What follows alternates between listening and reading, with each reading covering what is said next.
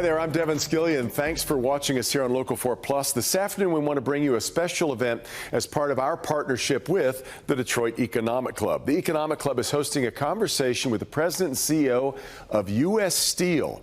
U.S. Steel, of course, is making national headlines because of a possible takeover by a Japanese company. And we're expecting CEO David Burritt to address that this afternoon. So let's take you to the Economic Club.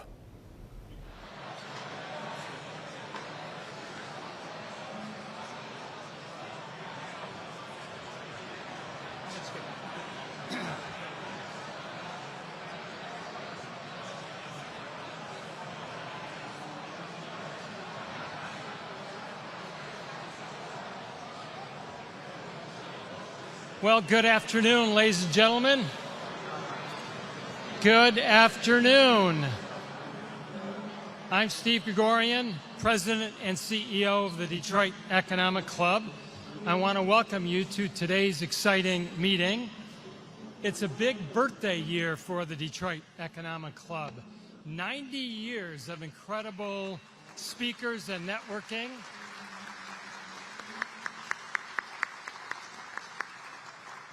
And that tradition will continue today. I especially want to welcome our DEC members. And if you're not a member, give me 10 seconds to convince you. Your next prospect, client, job, maybe even best friend is right here in this room. If you want to build your network and hear from thought leaders like you'll hear on stage today, we invite you to invest in you and join today. You can sign up at econclub.org. Or, if you want to do it today, we'll sweeten the pot with a free event ticket you can use through the month of December. If that interests you, stop at the DEC registration table on your way out today. As we get started, I would just ask you to please silence the cell phones so we don't disturb the program. And if you've been with us before, you know we always get started with a pledge and a prayer. So please stand and join me as we honor our country with the Pledge of Allegiance. I pledge allegiance to the flag of the United States of America and to the republic for which it stands, one nation, under God, indivisible, with liberty and justice for all. And kindly remain standing as our invocation today will be delivered by Chris Zarbaugh, pastor at Heritage Church. Pastor Zarbaugh. Thank you. Thank you. Let us pray. Heavenly Father, we come before you today asking your blessing and your favor on our discussions today. Help us to be learners, seeking to understand before seeking to be understood. We thank you for this great country we live in. We continue to pray for its future, well-being, prosperity, and economy. Lord, we pray for wisdom, that you may guide us together as each a working part together for the whole. We pray for favor, that you may bless us, not only because of ourselves, but yet in spite of ourselves as well. And finally, we pray for great leadership, that you should grant us the opportunity to be led by the right people in our industries, our political offices, and those who deal with our foreign policies. And when those things take place before us, help us not to take all the credit, but rather give you the honor and the glory. For we ask and we pray all of these things in the name of the Father, the Son, and the Holy Spirit. Amen. Thank you, Pastor. A couple of thank yous quickly. Thanks to WJR, who's doing their focus show live with Paul W. from today's DEC meeting, and that was right outside this room. And thanks to WDIV Local 4 for live streaming today's meeting. If you've been with us before, you know having students is terribly important to the DEC, and today they're here courtesy of our generous corporate sponsors. Their morning already included a private reception with Mr. Burritt. I want to let you know who is with us today. We've got a group from Event Tech Academy, thanks to Jamie and the good folks at CVS Health Aetna. Ben Maybach, thanks for bringing the Eastern Michigan students to us. Ben's with Barton Mallow, of course. And Adam Robbins and Accenture, you brought us the amazingly brilliant and good-looking students from the Manugian School in Southfield. So how about a round of applause for our students and sponsors?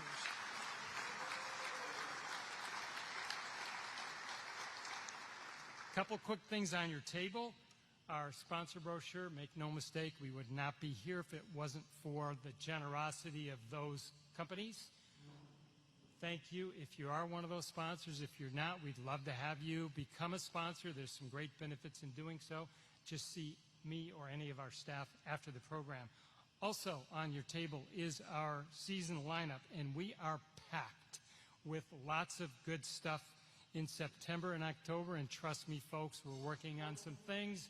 October could be crazy. Next week, right here in this room, White House Economic Advisor Lael Brainerd will be here at the DEC. That's Monday. Our annual Young Leader Conference takes place next Thursday, and October 2nd we'll be back in this room. We're going to give Senator Stabenow her exit interview. And on October 7th, Ali Velshi, he's out with a new book, and he'll do a fireside chat with our Secretary of State, Jocelyn Benson. So tons more on our website, tons more to come. Get your tickets before they sell out. Here's the favorite part: 90 years of speakers, and those speakers tell the history of our country. David, you now join a distinguished list of 17 others who graced our stage on this day, September 17th. The first one was way back in 1937, but just listen to a few of these highlights. 1968, Billy Graham. 1973, James Fletcher, the head of NASA. 1979, Senator Howard Baker. 1984, astronaut Jack Bousma with Senator Carl Levin. And most recently in 2015, Jamie Dimon from J.P. Morgan Chase. So today we're pleased to add you, David, as our 18th speaker on this day in DEC history. So congratulations and thank you.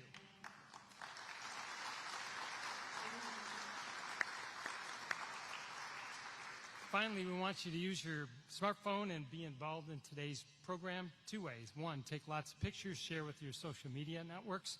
Second, you can submit a question for David using the QR code on the table. And those questions are going to make their way to our presiding officer, who's about to be put to work. Ben Maybach is Vice Chair and Chief Community Officer for Barton Malow. And they are celebrating their 100th anniversary this year, so congratulations to Ben and team. Ben is a DEC board member, an amazing supporter of the Detroit Economic Club and me personally. Thank you, Ben.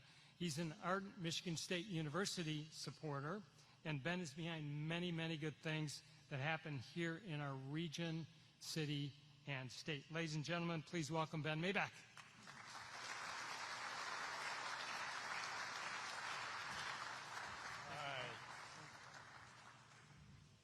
Thank you, Steve, and good afternoon. Another special day for the DEC members and guests. I got to add two comments. I'm always dangerous. Hey, Steve, comment about joining the DEC. A meaningful, fulfilling life is friends and memories. You never have too much of a network. You never know when they can help. And a great place to broaden your network is the DEC. The last comment on the prayer. Please bless the Tigers, too. All right, it's my pleasure to introduce today's guest. Dave Burritt was appointed President and CEO of United States, I always say U.S. Steel Corporation in 2017. Prior to joining U.S. Steel, Dave served as Chief Financial Officer at Caterpillar. Dave earned a bachelor's degree in accounting from Bradley University, and I have to add he played baseball there, and an MBA from the University of Illinois. He serves on the board of directors of Lockheed Martin, the National Safety Council, serves on the executive committee of World Steel, and he is a member of the Business Council and a member of G100. Our moderator today is Hannah Lutz, Deputy Editor, Technology and Innovation at the Automotive News. Hannah covers the electric vehicle ecosystem and is a member of the Automotive News and the Electrical Board. What a dynamic world or time in the auto industry, the EV industry. Please give a warm Economic Club welcome to Dave and Hannah.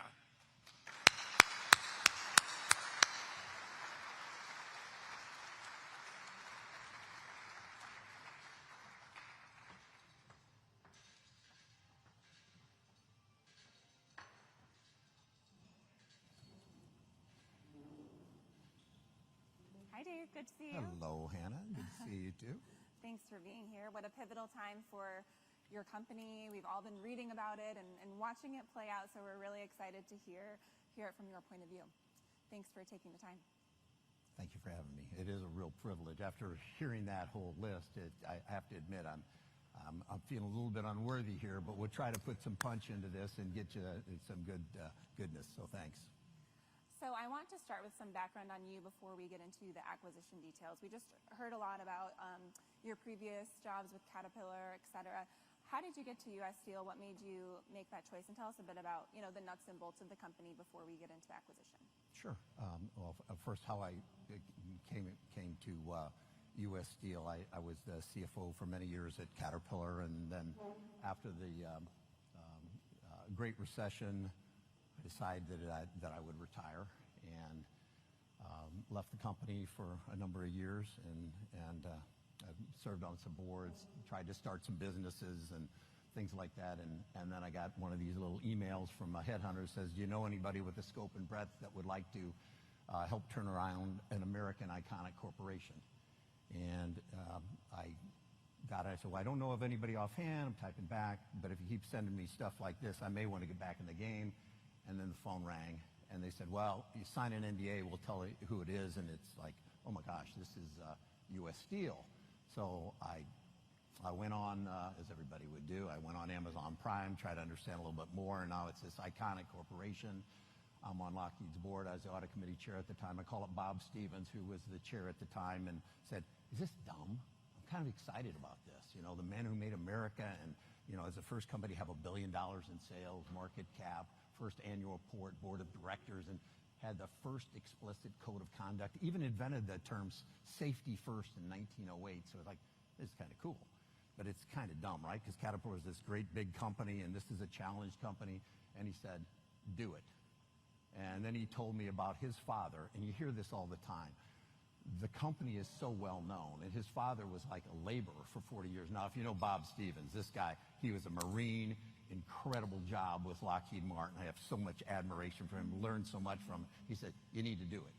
So I went through the interview process, but before that, of course, I have to make sure I get approval. So I talked to my real boss, my wife, who's here today, Lynn, and I said, I got this thing in the mail and I'm thinking about, and she said, go. And so it was like, yeah, it's time probably to get back in the game and start working. And I have to. We've been married now, 43 years. The only woman in my life, and she's been through a lot over this last year. We got a child, a young adult with serious situation that she's dealing with health-wise, and her mom had to go to assisted living. All this while she was recovering from knee replacement surgery, but that wasn't enough. She broke her ankle too. So she's been doing this, and so there's no doubt that she should get the Mother of the Year award, the Daughter of the Year award, and honey, you've always been the Wife of the Year for me. So thank you.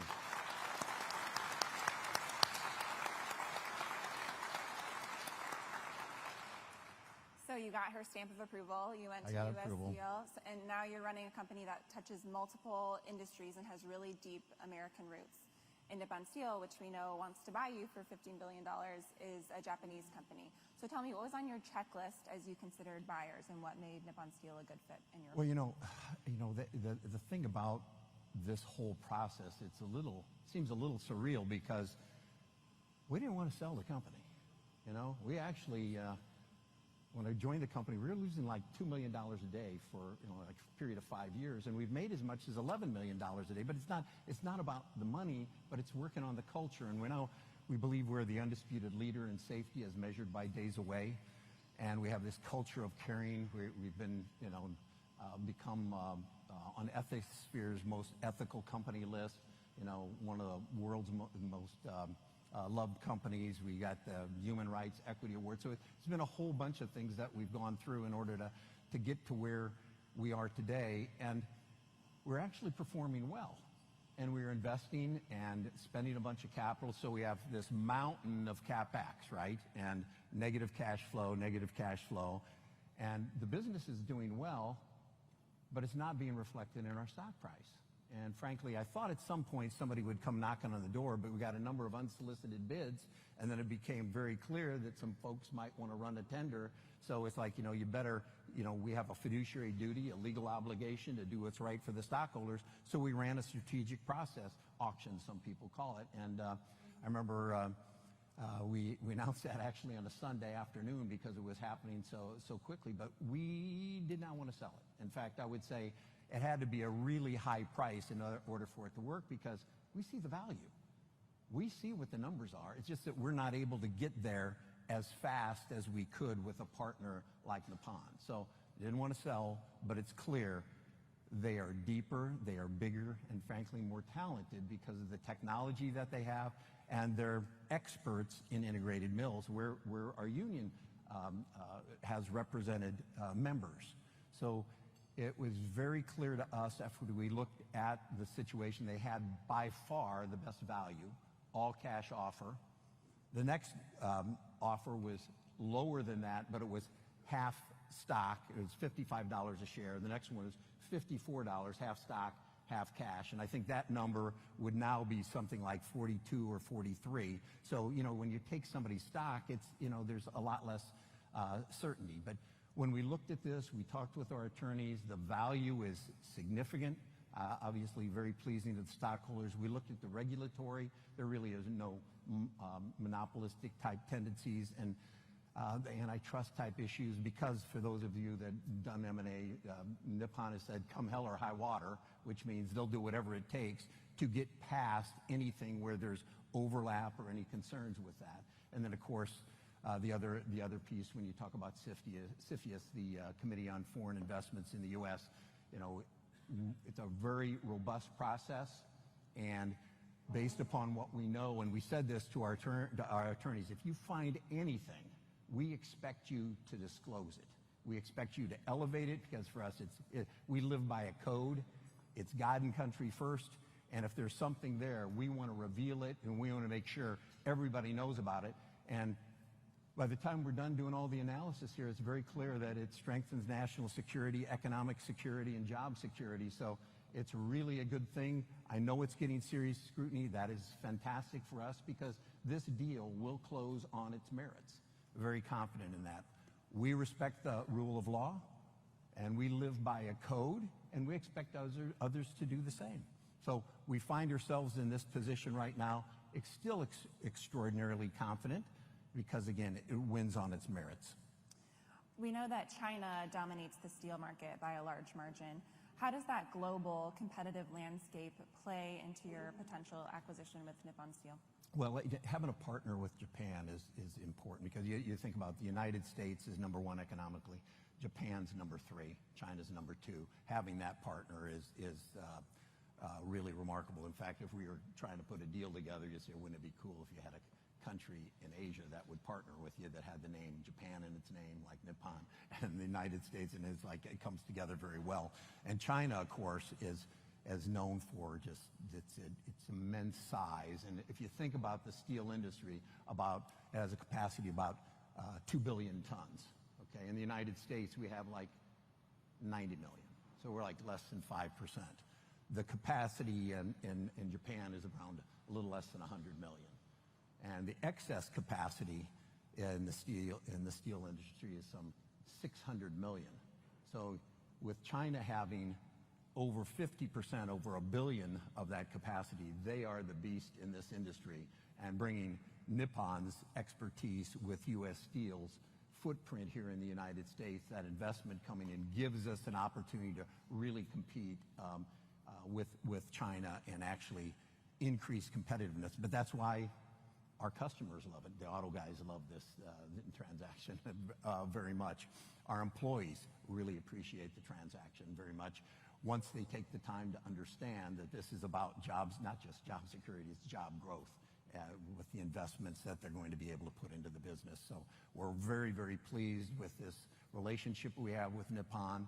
It's an elongated process. We understand that. Again, serious scrutiny is a good thing because, again, it closes on its merit. As you mentioned, there has been a lot of opposition to the deal. Let's start with the union. The international president of the United Steelworkers wrote in a letter to members that he feared Nippon would run away from basic steel making. So he seemed to imply a focus on technology that requires fewer workers. Have you spoken directly with union leaders, and how do you respond to some of their concerns? Well, you know, I guess contrary to those statements, this is actually better for the United States and better for competitiveness. If you think about what Nippon's doing, when you think about the basic labor agreement, all that is required is acceptance of the basic labor agreement as written. But in addition to that, Nippon has said that they, and willing to sign a contract, that they will be investing $1.4 billion above and beyond that labor agreement with no layoffs as a result of that transaction. That's something that we didn't have in our basic labor agreement, so that's not there. And then in addition to that, we have a large blast furnace, one of the largest blast furnaces in the world in Gary, Indiana. And they've said they're going to invest $300 million there, because that would be something that we would gradually reduce and not relying, because we don't have the funds to continue to invest in that. And then they've also said in Pennsylvania and Allegheny County near Pittsburgh that they would invest another $1 billion in refurbishing that mill, including a caster, an important ingredient to the steelmaking process that is dated 1938. And that's $1 billion that we would not do. You know, we have this strategy, we call it best of both. Best of the integrated mills, which is basically the virgin steel that you make with blast furnaces, and then the recycling business, which is the electric arc furnace, the mini mill business. And so we have best of the integrated, best of the mini mills, and we're actually growing the mini mill business as we focus on what we say is better, not bigger. Because we spent a bunch of money on something like $10 billion in capital over the last year, refurbishing a number of investments at the individual facilities. We just put a new facility in at our Keetac in Minnesota. We put a pig facility in at Gary, Indiana.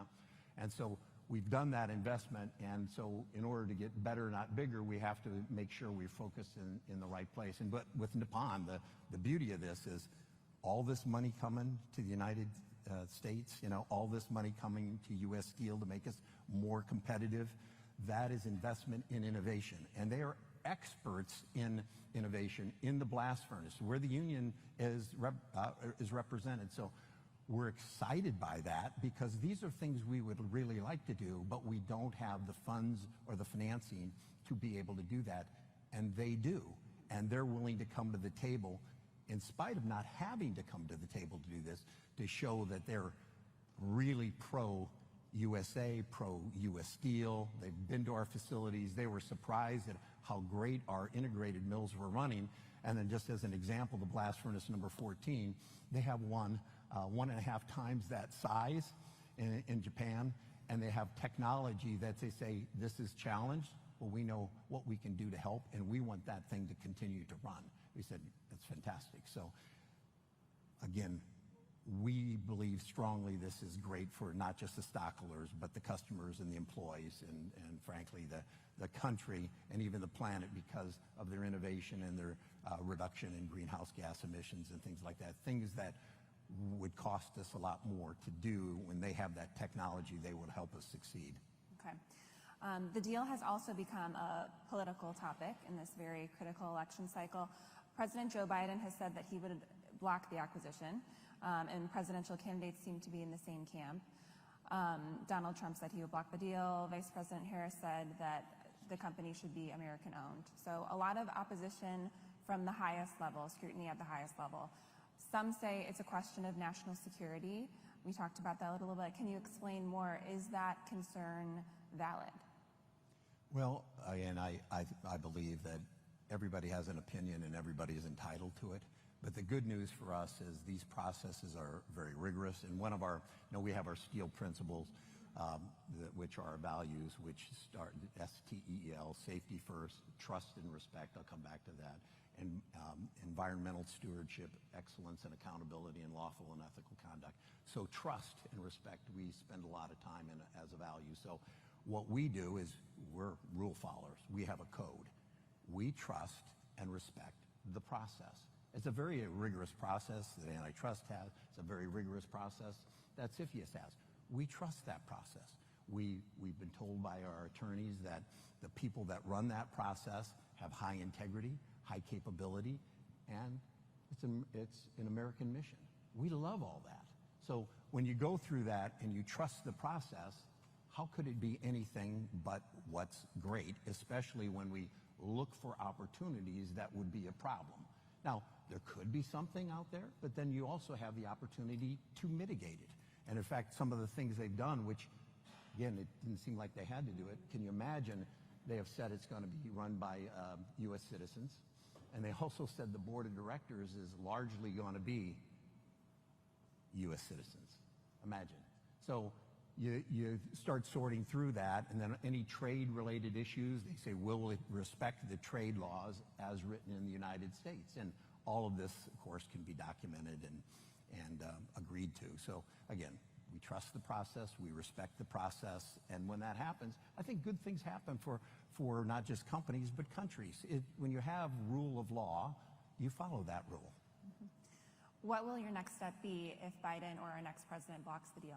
Well, I can't imagine it not going through. I just can't imagine. So the idea that, there's some kind of plan B, plan C, we talk about getting a better, not bigger. That was our strategy, but I'm so confident that this would get through. I just can't imagine that we would not have something that would not be helpful to our best ally in Asia, that's bringing technology and making not just the country better and the company better, but also the planet better too. It will close on its merits. So how many people in the audience work in the auto industry or are affiliated with the auto industry? Okay, a lot of hands going up. So I think a lot of people are curious, how would this deal affect your position in your business in the auto industry? Well, we know the auto guys very well. I think we sell about 3 million tons in the auto industry, and we love you guys because you make us better all the time by the things that you're tough, but you make us better. And the thing for us is the advanced technology, advanced high-strength steel. We know how important safety is. We also know how important mileage is. So when you do advanced high-strength steel, lightweight steel, highly formable steel, deliver on time and right, obviously that's a great thing. And when you have more money to invest in technology that we didn't have before, you guys are going to be huge beneficiaries of this, and it will become more competitive. And versus every other opportunity that we looked at, there was virtually not much overlap on this. So it actually improves competition where others, there could be monopolistic tendencies and you have to sell off pieces of the business and things like that, and would take a very long time to actually consummate that. But this deal is really, and it's no wonder we get so many comments from folks in the auto industry. It's like, when are you going to get this thing done? When do you get this thing completed? And then others also say, hey, could you get this done? We'd like to build on your campus.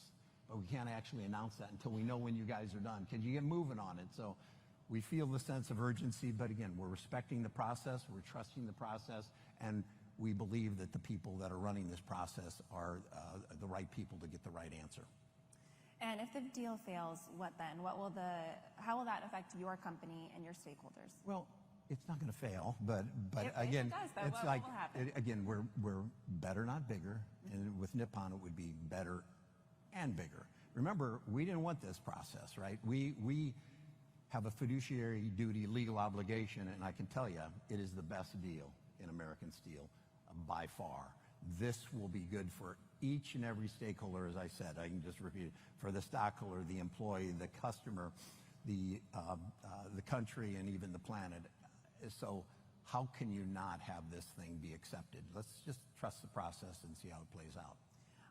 Will it stop you from certain investments if it doesn't go through? I know that you mentioned Nippon was a huge financial Well, it would be asset. the absence of those investments because, as I said, we would not do those investments. We do not have the money to do those investments. So we have, the best of both, best of integrated, best of mini mills. There would be more focus on the mini mills because we would not be investing. We invested a lot of money there already in the integrated mills to bring those up to what we think are the best practice here in the United States. Of course, by every objective measure in terms of margins, we see that versus the other integrated mills that were performing well. And then on the mini mills, based upon margins, we perform very well versus the new cores and the Steel Dynamics. So we do believe in this model, and we would continue to do that model, but we're so much stronger making sure that this deal closes. And again, it is the right thing for every stakeholder. And if people don't understand it, get rid of the sound bites,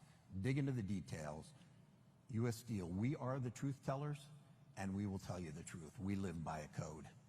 Would anything change for the union workers if it doesn't go through, or would they proceed as they already are? Well, fortunately, the union workers that I've talked to really like the deal. In fact, even local union presidents like the deal. So we think over time, people start to understand just how good this is, and that's good for us. Sometimes there's a little bit of soak time for people to really get involved and understand it, and we have a great website, Best Deal in American Steel, that goes through everything that's gone on. It's all there for everybody to take a look at, and that's why I feel so good about this. So you mentioned that the deal closing would be very good for the auto industry, more competition in the market, lower prices is what everyone likes to hear. You've been working on electrical steel, I know, which is an ultra-thin material that's important to EVs. If the deal doesn't go through, how would that affect your role in the auto business and electrical steel? What would change? Yeah, well, I would say we're the best at that with the NGO line that we just put in place. That's a brand new line that will be capturing market share. With Nippon Steel, they are far more experienced, and so their know-how, their knowledge will come to us, and we'll be able to move faster and actually help develop that for our customers sooner than what we would have been able to otherwise. Okay. What are the key integration plans that you anticipate between U.S. Steel and Nippon Steel? I mean, Japan is an alliance, but we're still very different countries and different companies, so what would you expect moving forward? Well, you know, when we think about integration or synergies, often when you bring two companies together, you know, what happens is the poor people at the headquarters get in trouble, but there isn't much overlap at all. So really the integration, I actually think, is at the country level, which would be a great strengthening of the alliance between the United States of America and Japan, but also it gets back to their knowledge, their know-how, our understanding of the commercial markets here, and bringing that knowledge to bear with our company, I think is just, again, I am more than just excited about this for our customers and employees.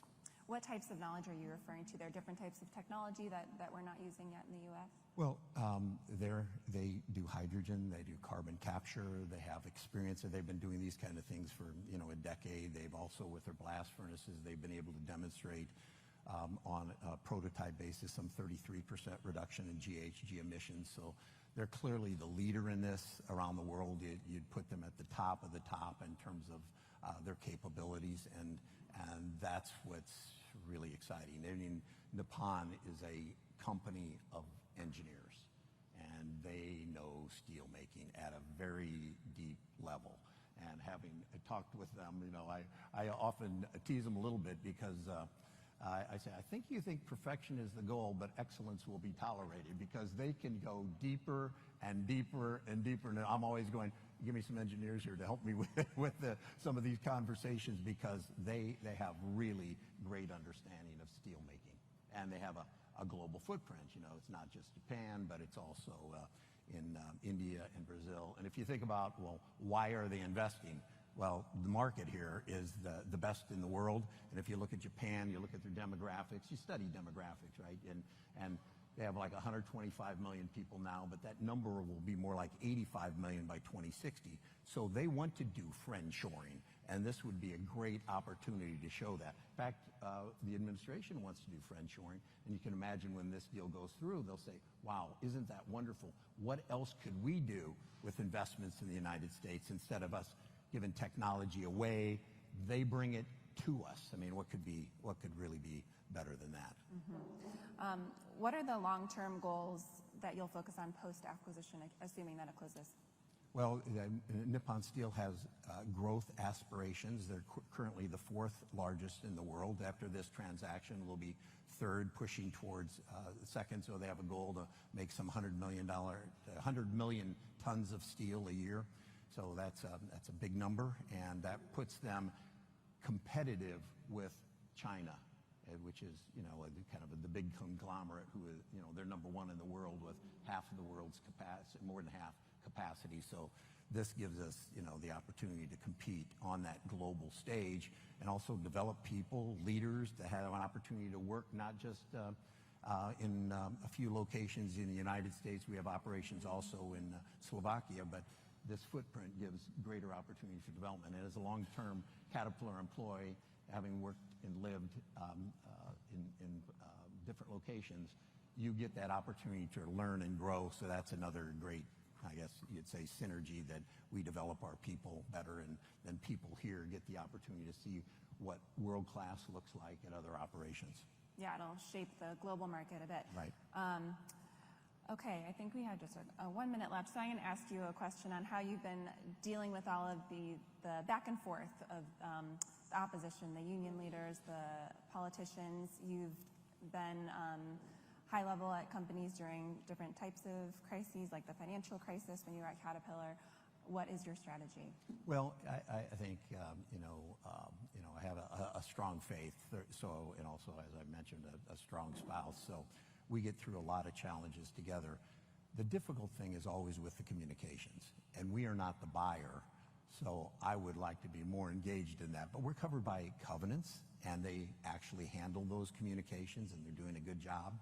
But it's noisy, and dealing with that noise sometimes is irritating. But for the most part, you think about the end game, you think about our country, you think about the opportunity in your lifetime. You work really hard your whole life, you get lots of challenges. I've never had a challenge this big amongst everything that's going on. How often in your life do you get an opportunity to do something not just for your company, but your country and even the planet? And this is that deal. All right. Well, thank you so much, Dave, for your candor with us. We have some audience questions, so let's bring Ben back up. Here you are. Thank you.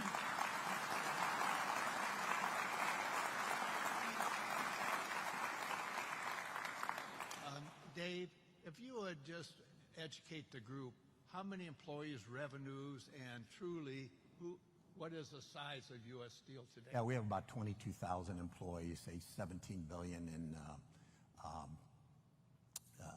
sales, and we have we've actually had profitability now for profit sharing for 14 consecutive quarters. So we've been actually performing very well. So I think I have to be careful with the number I say, because I might be giving you a forecast number for this year instead of the actual number. But we've again made as much as $11 million a day and lost, before we made the changes. So we're in a good place, but we could be in a much better place. You never can be contented where you're at. What impact did the Inflation Reduction Act have on the country's manufacturing base, and anything specific to U.S. Steel? Well, I think investments in the United States are good things. I think the more we can invest in manufacturing, I think the better we are as a country. Obviously, spending my whole career seeing where we are and the challenges that we had with infrastructure over so many years. We need to be, I think, more surgical. I think we need to be very clear with what those outcomes should be, but I think it's a really good thing. In fact, the Inflation Reduction Act, I think it was misnamed. I often call it the Manufacturing Renaissance Act, so long as we get it very focused on value creation, creating great jobs and things like that. The devil's always in the detail, and it's all about execution. It's great to have these great plans, but you got to be good at project management. You must execute.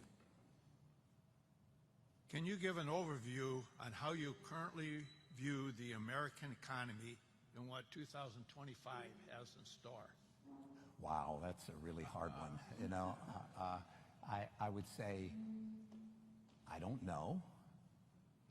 What we coach our team is, you can estimate, you can prepare, but the main thing is that you're nimble. What we say is, what's the best case? What's the worst case?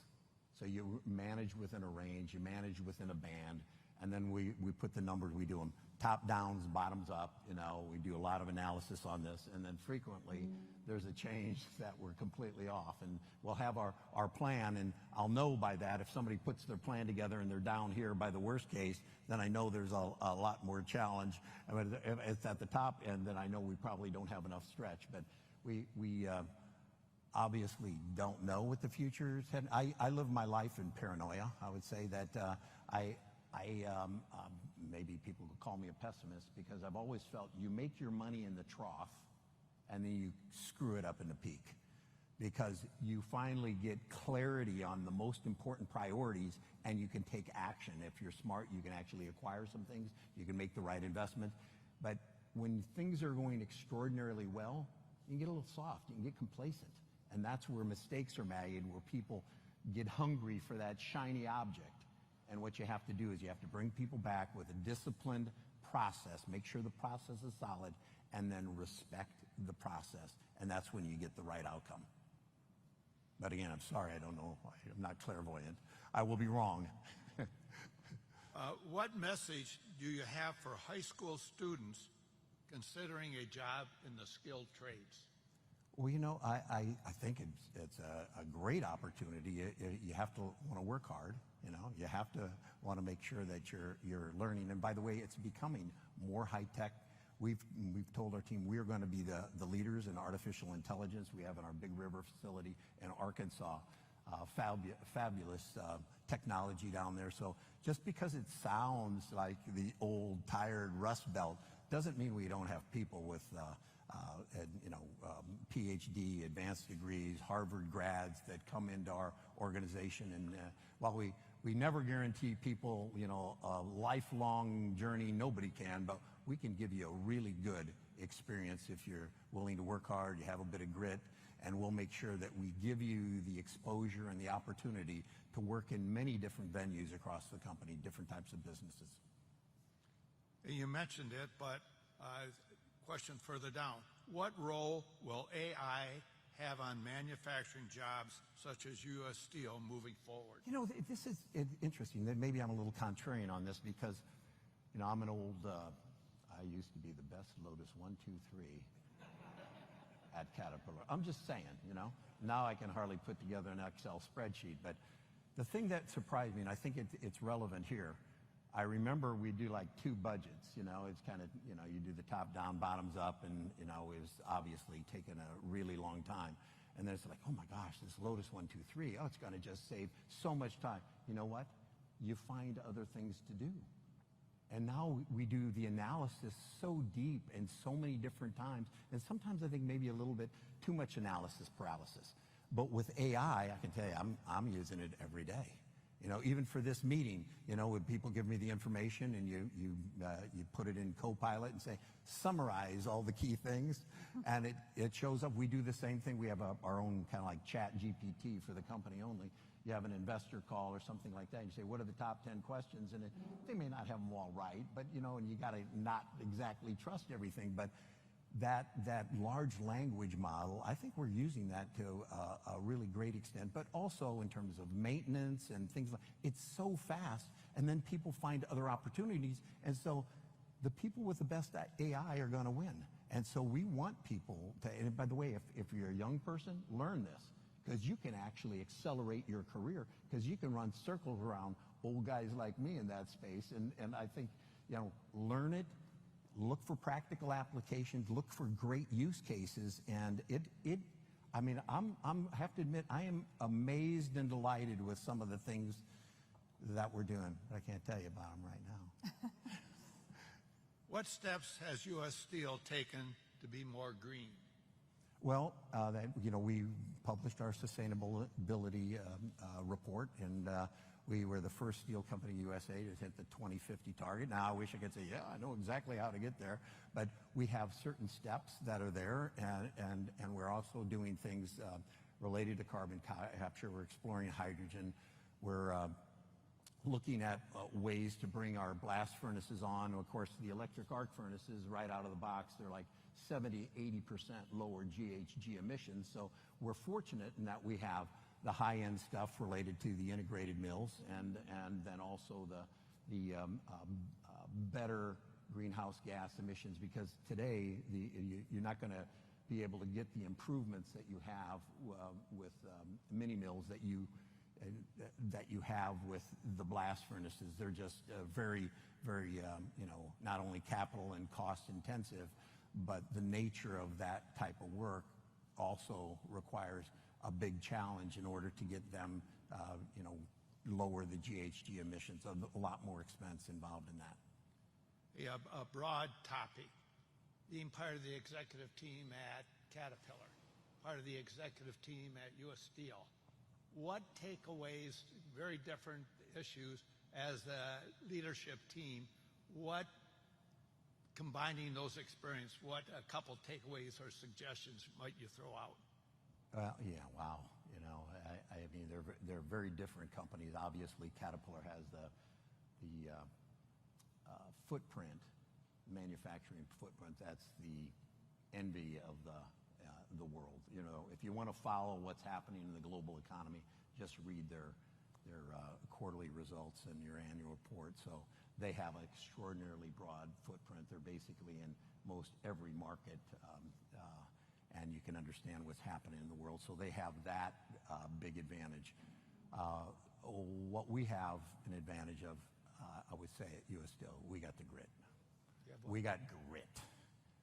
The people we have at U.S. Steel, I've never seen an organization so responsive, and when things go down, people, they'll figure out a way to get it back up and running safely, and they do whatever it takes to make things happen. It's a very different organization at Caterpillar in terms of the way we operate. I would say our leadership team is probably closer to the action. We're a much smaller company, obviously, and so we also have a greater cyclicality than what Caterpillar does as well. So we have to be more nimble, and we have to make decisions very, very quickly. And we're doing better, and there's still more that we can do. The merger is successful. What are the goals 5, 10 years from now? Well, it'll be run by Nippon, and we're lined up with being the best steelmaker with world-leading capabilities, 100 million tons. I think that by year 10, we ought to be number 2, a solid number 2. And I think we should be a highly profitable business. I think what we'll see is people will say, wow, that was a historic time, and leadership did the right thing, that our country did the right thing by creating this great partnership with Japan in the United States. And I think when we're done with this, we'll look back with a great sense of this doing the right thing, and that's what it's about. All right, now the fun phase, the lightning round. What did you want to be when you were growing up?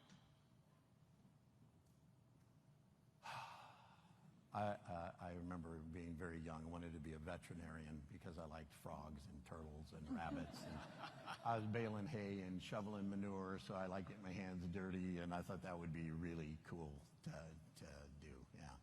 Mm-hmm. What was your first paying job? Had a paper route. Aswell County News? Paper. Peoria Journal-Star. Well, see, my mom grew up in Morton, so Tazewell County News. Okay, that was another one, but actually it was the Journal-Star that, but okay. Actually my brother's a couple of years older than me, so I worked for him.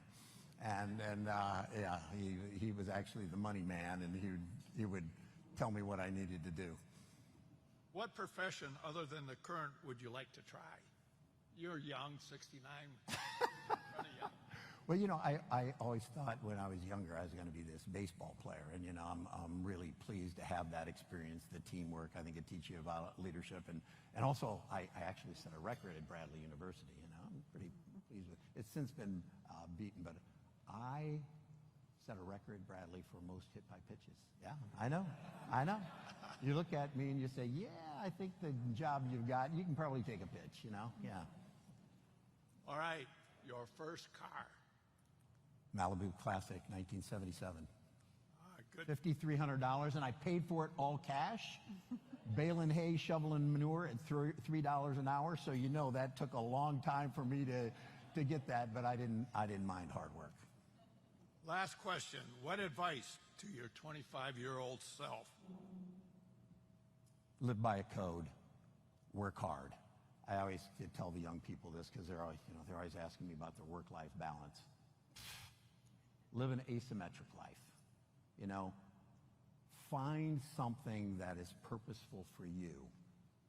You know, the people that claim to have a balanced life, you know, that's kind of like Instagram, TikTok. This is not real. People can convince themselves, oh, I got it all together. No, you never get it. Life is going to punch you in the gut, and you're going to have to work hard. Early on, work really, really hard. Get an expertise. Try to find a mentor.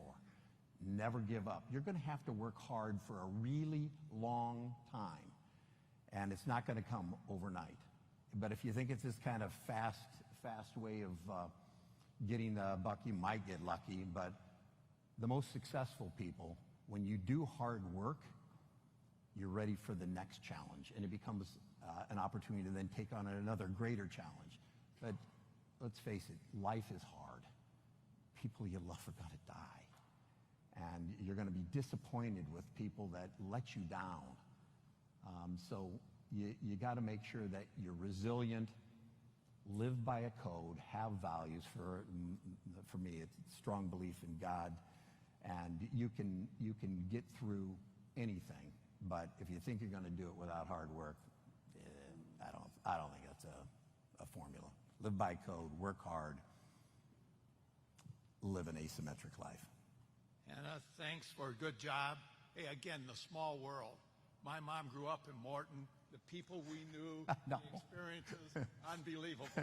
But Dave, great getting to know you. Thanks for lending your time, and the very best going forward. Steve, it's yours.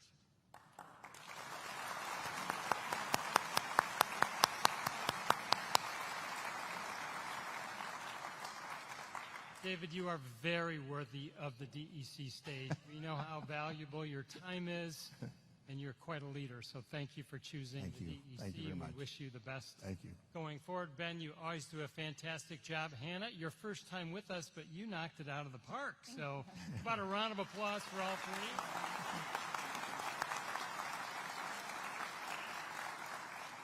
Ladies and gentlemen, tell your friends and colleagues to join the Detroit Economic Club. You won't find a better group of people. So on time, every time, this meeting of the Detroit Economic Club is now adjourned. Thank you.